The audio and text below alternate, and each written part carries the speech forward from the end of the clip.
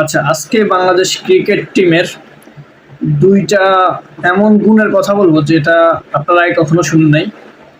প্রথমটা হচ্ছে বিশ্বের যতগুলো দেশ ক্রিকেট খেলে তাদের মধ্যে সবচাইতে বিধ্বংসী বোলিং লাইন বাংলাদেশের। যদি সেটা